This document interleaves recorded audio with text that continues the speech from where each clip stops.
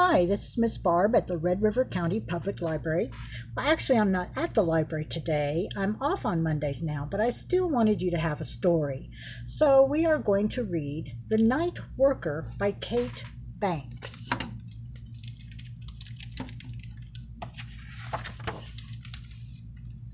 This is printed by Francis Foster Books. The Night Worker.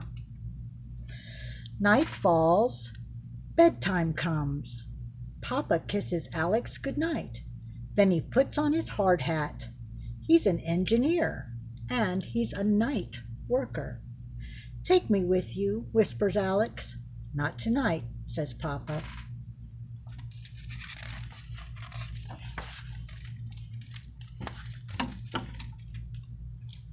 Then one night, Papa has a surprise.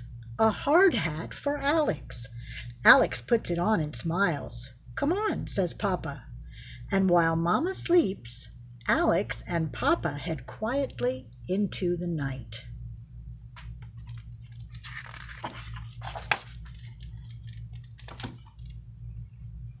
A street sweeper is making his rounds. A delivery man parks his truck. He stops to talk to a policewoman.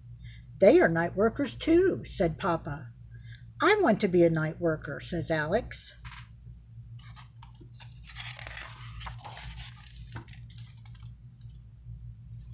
Papa pulls into the construction site. Alex hears the rattle and clang of heavy machinery. Men are hollowing out the earth. A building is going up. Wow, they're really busy, aren't they?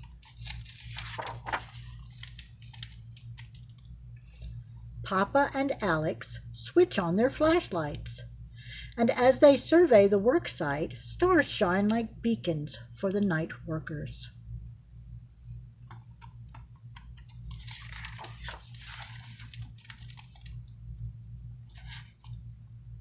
Papa stops to talk to the foreman. He spreads out a plan of the project. We're digging here, he says. He points to a bulldozer leveling the ground.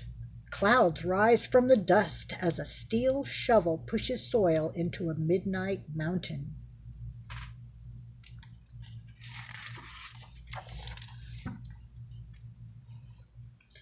An excavator rumbles and turns. It reaches its giant arm into the air and waves. Alex waves back. Then it sinks its teeth into the earth and lets out a groan like a giant rolling over in bed.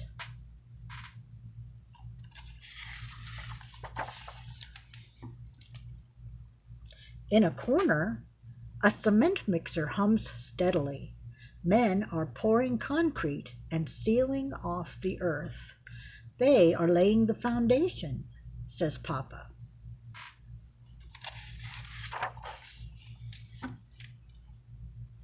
He hoists Alex onto a railing. A crane moves its mammoth load across the sky while someone keeps watch from a booth overhead.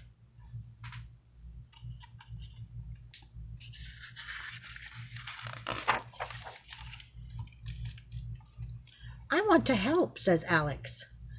A big yellow loader starts its engine. Up you go, says Papa. He sets Alex down beside the driver.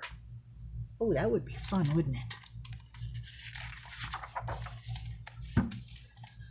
Slowly they crawl along the gravel. The driver puts Alex's hands on the levers. Ready, he says. Alex nods and pushes down.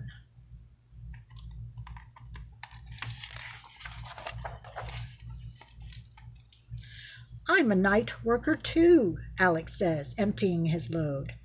The dump truck closes its gate and drives off. A whistle sounds. Gears grind to a halt. It's time for the night workers to take a break.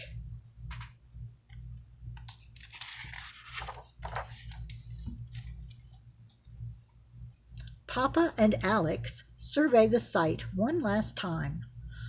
All motion is stopped like a held breath.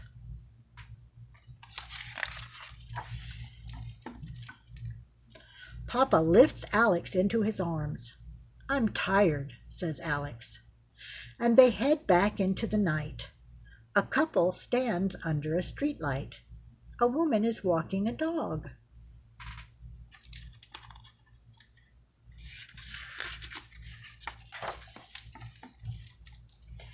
It's late. Alex takes off his hard hat. He pulls on his pajamas and crawls into bed.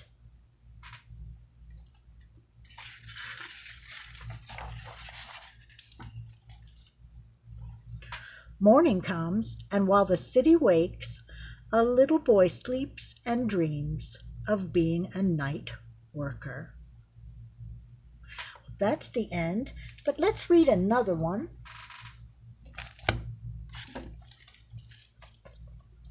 This one is called The House in the Mail.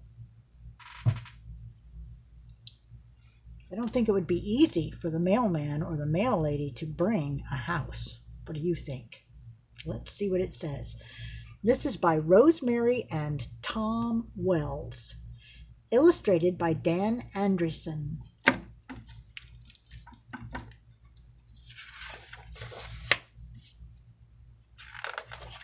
It's published by Viking. Oh, look at this. It says, "Hello, whoever you are out there in the world of the future. I wonder how many years will pass before someone reads this. I'm only 12 years old now, but I might be a very old lady by the time you read these pages. Let me introduce myself. I am Emily Cartwright of Enfield, Kentucky. I was born in the south bedroom of Gran and Granddad's house on March 16th, 1916. March is cold and rainy, and the south bedroom was a touch warmer than the north bedroom. Homer, my brother, came along in August, 3 years later. Ma had Homer in the north bedroom because it was cooler in there. We had just those 2 bedrooms, one for Gran and Granddad and one for Ma and Pa. Homer and I slept up in the attic. That was fine when I was 5 and Homer was just as big as a minute. But when we were 9 and 6 years old, Homer got a spider collection going, then a snakeskin collection and live frogs. And when I got to be 11, I shot up so tall I couldn't stand in the attic anymore. We were running out of room." My goodness, she has to bend over to stand up, doesn't she? Look at that. I'll never forget the night I first heard about the house in the mail. At supper I told everyone I never wanted to look at another spider or frog as long as I lived. I was going to take the train to Chicago and move in with Aunt Cecilia permanently because Homer had stolen my perfect robin's egg, my silver dollar, and the gold ring with the glass ruby that I won at the state fair. I found all of my treasures in the dust under Homer's bed. There she is on the pony ride at the state fair. "Emily," said Ma, "you're right. We do live tight as bees in a hive. But we're about to build a new house of our very own, with a room for each of you and one for the new baby." "What new baby?" Homer and I both asked at once. "Either Joseph or Josephine. Either Josephine or Joseph Cartwright will join us come the first frost," said Pa. Then he slapped a big fat catalog onto the kitchen table. It was filled with pictures of houses, big, little, and in between. They had wonderful names like I can't read it, the Marvina, the Worthington, and the Carthage. "Every house in this book comes in a put-together kit," Pa exclaimed. "We'll pick up ours at the railway depot in Lexington and put the whole thing together with a barrel of nails." "You mean you get to choose a house out of all of these?" Homer asked. "And then they'll send it to us, just like that?" I said. "That's right," said Ma. Let me turn there we go. Now I can see it better. All right. I like the scrapbook. You see that she's made a scrapbook here and we're looking at pictures of it? There were so many houses to choose from, and each house was different. Ma wanted one with a porch like the Beckford. Homer liked the Jefferson. I could crawl out my bedroom window and watch the stars from the roof, he said. Pa liked the look of the Carlisle with its big kitchen and front pillars. Finally, we found one we could all agree on. The Lincoln. It had a porch for Ma and a window onto the roof for Homer, and the big kitchen Pa liked. As for me, I was going to have my very own bedroom. Can I have a secret compartment for my treasures built into my room? I whispered to Pa. We'll see, Pa said. He wrote out a check to Sears and Roebuck and Company for $2,500, the price of the Lincoln.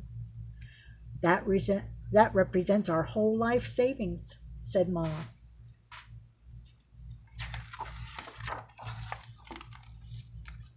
That night, Homer and I lay down in our side-by-side beds. Homer grumped, I wish they'd bought a brand new Ford truck with all that money. Homer, I pointed out, you've got less sense than one of your frogs. The new house is going to have a gas stove. No more wood for you to chop and carry in. An electric refrigerator. No more drip pan for you to empty from under the icebox. And Ma won't make you carry 20 buckets of hot water for the laundry because we're getting a new washing machine. Think with your brain, Homer. Homer said, but it's got running water indoors. That means Ma will make me take more baths instead of just Saturday night. Oh, look, that says it's the modern kitchen. Look at that. Wow. Little different from what we have now, isn't it? This was about 100 years ago, a little more. The first thing we had to do to build the house was dig a great big hole in the ground. Pa had a level spot staked out in one of Granddad's front pastures. Our neighbor, Will Cox, was pleased to lend us his draft horse to help with the work. Pa and Will's horse Dolly pulled boulders as big as motor cars out of the ground. They split them up to make walls for the foundation. Why? Asked Homer. The foundation spreads the weight of the house on the soil down deep enough so the frost won't heave it, Pa explained. Deep in the hole, Pa and Will mixed a mortar of cement, sand, and water, thick as oatmeal, in an old wheelbarrow. They pieced the rock wall together using the mortar to fill the spaces in between. When the mortar set, not a pebble of that wall would ever move again. Homer and I fetched buckets of water until we thought our arms would fall off. There's the buckets they used to carry the water, and there's Dolly the horse.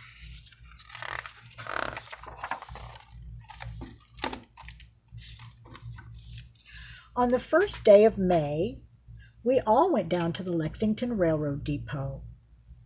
Half the town showed up to see the house come in. It filled a railroad car all on its own. Everyone helped with the loading and unloading. It took 3 trips in Granddad's old pickup truck to get it all home. You can't drive nails into rock, so the first boards that went on the foundation wall had big holes drilled into them to match the bolts that Pa had cemented into the top of the wall. Everything else in the whole house is nailed to something that's nailed to one of those boards. By May 10th, the subfloor was finished. It was flat enough to roller skate on. Homer squirreled away all the leftover scraps of wood. What are you doing with all those wood scraps, Homer? Pa asked. Homer wouldn't tell, but I followed him way into the woods one evening. He was building a tree house where he could hide. Wow. There's their foundation, there's the train, and there's their tree house. Homer's tree house. It was time for the first 4 walls. The parlor, dining room, and kitchen walls were nailed together in panels flat on the floor, then raised upright. Mom made lemonade by the gallon to keep us all going in the hot sun. My job was to keep the blueprint open flat and read the measurements to Pa and Will. Will marked lines on the wood with snaps of a chalked string. Puffs of blue chalk dust blew away in the wind. They are raising that wall. And there's the blueprint. On the 4th of July, we took a day off and went into Lexington for the big celebration. There was a picnic, a parade, and fireworks. Will is a veteran of the Great War, and he marched in the parade wearing his uniform. Next day, we started building the 2nd floor. "Where's my secret compartment, Pa?" I asked. "It's a secret," said Pa. Our friend Mike Pratt came over to help with the roof. 3 men hauled up the rafter boards that held up the roof. Sweat poured down like rain. They looked as if they had been dunked in the swimming hole. Ma used up 2 bottles of liniment on Pa's back and shoulders during the week it took to finish framing the roof. Poor Pa. He got kind of sore, didn't he? There they are, framing the roof. August came. A black tar paper blanket went over the roof boards. On this bed, slate shingles were nailed down and the roof was snug and tight. The outside of the house got a coat of stucco. Stucco goes on sticky and dries hard. It looks like icing swirls. Homer pushed his hand into the sandy stickiness down in back where Pa wouldn't see. "Where's your treehouse, Homer?" I teased him. "No one will ever find it," said Homer. "I already have," I said, and I turned a big cartwheel, which Homer couldn't do. By month's end, we had a house all perfect on the outside. Here it is. We have some houses in Clarksville that look just like that, don't we? Right on Main Street. I've seen some of those. I wonder if they came in the mail too. One night we ate supper in the backyard of our new house. The Pratts came, and the Coxes, and of course Gran and Granddad too. We washed up the dishes with water from the pump, as we always have. "Clear the decks for modern times," said Pa. "The plumber's coming tomorrow. In a week's time, you'll turn on a tap, and all the water in the world will run into your cup." The moon rose over the dark old house and the dark new house together. "Can you imagine electric light?" asked Ma. Homer caught a jar of fireflies. "This is the only light I'm ever going to need," Homer declared to one and all. And there they are. And there's their first electric lights. Look at that. That was a long time ago, wasn't it? School started on September 7th. Homer and I walked home every day to a new surprise. One day it was the plumbing pipe and drains. Then it was the electric wires all through the house. After that came the coal-burning furnace and big round metal ducts to carry the warm air from the furnace to each room in the house. A man named Clem came to plaster the inside walls. One day after the plaster was hard, Homer and I ran through the house singing. Our songs echoed from room to room like loud voices on the radio. Smooth yellow pine boards were nailed down to the subfloor. The hammering sounds sounded like gunshots. The kitchen floor linoleum wouldn't stay flat, so Homer and I stood on one end until Pa could tack it down. 22 doors were hung on brass hinges. "Where's my secret compartment, Pa?" I asked one night, but Pa smiled and shook his head. "Emily, I just forgot where I put it." Do you think he really forgot? Me neither. The stairs went in, and Clem came back to help with the painting. Suddenly, a Hoosier cabinet appeared in the kitchen. I guess that's the refrigerator. I don't see a Hoosier cabinet. Then the stove and refrigerator and washing machine. No more ashes for me to carry out of the stove. Never again would I have to help Ma leaning over the old laundry tub to scrub clothes. "Guess what?" Ma said. "What?" I asked. "We can keep the ice cream more than a couple of hours now. It'll keep as long as we want in the freezer compartment." See, that's their new refrigerator. And that's their stove. was all new to them, wasn't it? At the end of October, Ma made apple cider instead of lemonade, and the house was finished. After supper, Pa put his finger to his lips and beckoned me to follow him. On the floor of my clothes closet, he pushed on a knot, and the board came up. Under the board was my secret compartment. I put in my robin's egg, my silver dollar, and my ruby ring. Then I put back the board, and no one could ever know. Look at that. There's her secret compartment.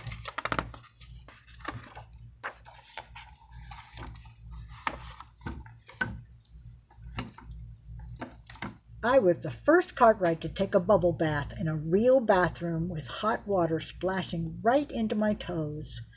On November 5th, 1927, Joseph Cartwright was born in the hospital in Lexington. He was the first member of the family ever born away from home. Joseph's room has the slippery smell of new paint and the Christmassy smell of pine beams. Pa bathes Joseph in the brand new kitchen sink. Ma warms his supper on the brand new gas stove. Joseph is going to grow up in the modern world, and he'll never know how it was in the old days. Joseph's a pretty baby, isn't he?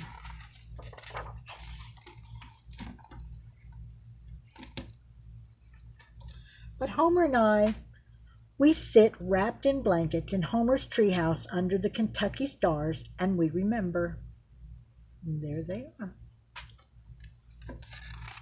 Well, that's pretty cool. I don't think we can get a house delivered by mail anymore, do you? But what a fun thing to do, build your own house from a kit. All right. Well, that is the end of our story today, and I hope that you really did enjoy it. And I will read to you again on Tuesday, and I hope you'll join me for that. This is Miss Barb at the Red River County Public Library.